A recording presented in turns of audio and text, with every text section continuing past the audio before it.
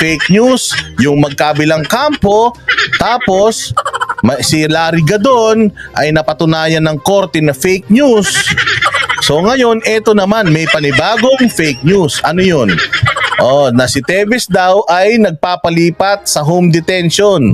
According to, tingnan natin kung sino may sabi. Ferdinand Topacio ang panibagong pahayag ni Pamplona Mayor Janice Degamo. Janice Degamo? Walang hiya, Janice Degamo. Papaano nagkaroon ka ng intel diyan sa Timor-Leste? Nagpunta ka ba ng Timor-Leste? So nasan yung pruweba? Kasi nung nakaraan tingnan mo sobrang sinungaling ng mga ito nung nakaraan si Boying Rimulya. Pinagkakalat niya na yung anak daw ni Arnie Teves ay namimili ng pulis para protektahan daw yung tatay niya. Nagbabribe ng pulis. Yun ang pinalalabas ng media at saka ng Department of Justice. Buti na lang ito si anak niya na si Axel nakapag-record ng tawag nung mismong pulis na nanghihingi sa kanila ng pera para protection dito kay Arnie Teves. As in, nanghihingi sa kanila ng pera. Parang kung titingnan mo, maliit lang halaga lang naman, mga 100,000+ lang naman. Tila mo parang 2,000 euros lang yata yung hinihingi. Mga boss? So buti na lang merong pruweba na ganun, tapos nakahanap tayo ng balita dyan sa Timor-Leste na ibinalita, tinranslate pa nga yung salita dahil di naman natin maintindihan, na may natanggal na isang pulis na mataas ang rango dahil nga nangungutong. So, it's the other way around. Kinokotongan yung pamilya ni Teves, pero ang pinalalabas ng DOJ, yung anak ni Teves ang nangbabribe. Dito naman, meron na naman silang bagong istorya na si Teves daw nagpapalipat sa bahay. Bakit? Sobrang sinungaling ng mga ito kung ano-ano na lang yung ginagawa para maging relevant kasi kailangan nilang mapag-usapan. Medyo lumalamya ang kanilang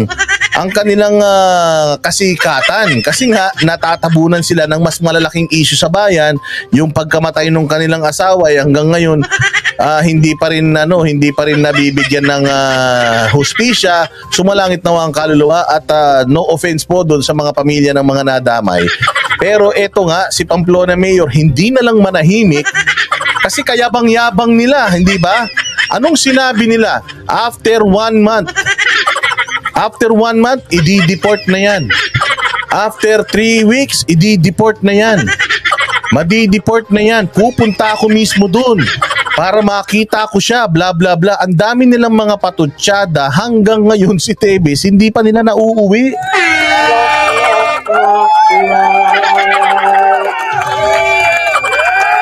Sobrang kasinungalingan, sobrang pagtutwist ng balita.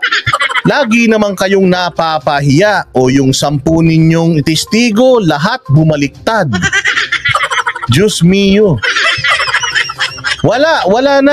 As in, unti-unti, itong kaso na to ay nalulusaw. Bakit? Kasi nga, gawa-gawa lahat Gawa-gawa lahat ng mga bagay-bagay. Bakit ko nasabi na gawa-gawa? Ayun 10 testigo nila na nagtuturo kay Teves bumaliktad.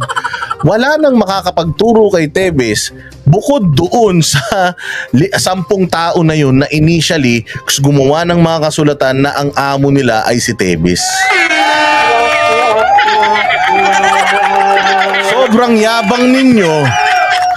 yabang ninyo. Ayan. Sobrang pinangungunahan nyo pa yung sistema, pinangungunahan nyo yung gulong ng batas. Ayan ang nangyayari. Kita ninyo. So sa kagustuhan nyo maging relevant dahil malapit na yung eleksyon, tapos dismayado pa kayo dahil sa Juan Negros, hindi pa yata kayo yung kino-consider na maging pinuno ng buong Negros Oriental at Negros Occidental.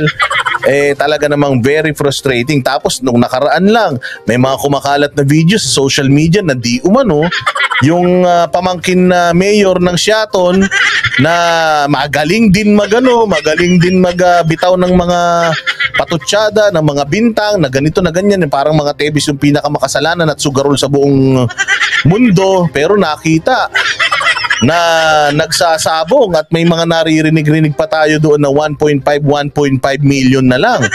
So ito yung hindi talaga natin maintindihan. Sila yung maraming kaso, pero sila yung mayabang at nagsasabi na itong mga Tebes ang pinakamagulo sa kanilang probinsya. Kaya ito, sige, pakinggan natin itong balita. Na gusto umanong magpalipat ng kulungan ni dating Congressman Arnolfo Teves Jr. Sa kanyang social media account, sinabi ni Mayor Digamo na nag-request umano si Teves na madala mula sa Becora Prison sa Timor-Leste sa home detention habang dinidesisyonan pa ng korte ang kanyang extradition case. Subalit ayon naman kay Atty. Topacio, ang pagiging biktima ni Digamo ay hindi nagbibigay pahintulot sa kanya na magsinungaling Yun ang masaklap. Ang galing talaga nito Topacio eh. Siguro kung bilyonaryo ko, kukunin kong abogado to eh. Mantakin mo, sabi niya, hoy Janice, hindi wag kang madrama, te. Wag kang maarte. Hindi sa'yo umiikot ang mundo. Ha? Hindi pag malungkot ka, gusto mo malungkot din ng lahat ng tao sa paligid mo. Ha? Ang sinasabi ko, hindi porket malungkot ka, namatayan ka at biktima ka, pwede ka nang magsinungaling. Okay? Bawal yun. Kaya dapat hindi ka na manalo sa susunod kung ano man ang tatakbuhan mo. Nasaan na yung sinasabi niya na denied yung request for political asylum and my client will be deported in 2 days. So nagkakalat na naman sila ng balita na denied daw yung request na asylum at madedeport daw siya in 2 days. So, paano siya madedeport? Wala nga siyang passport.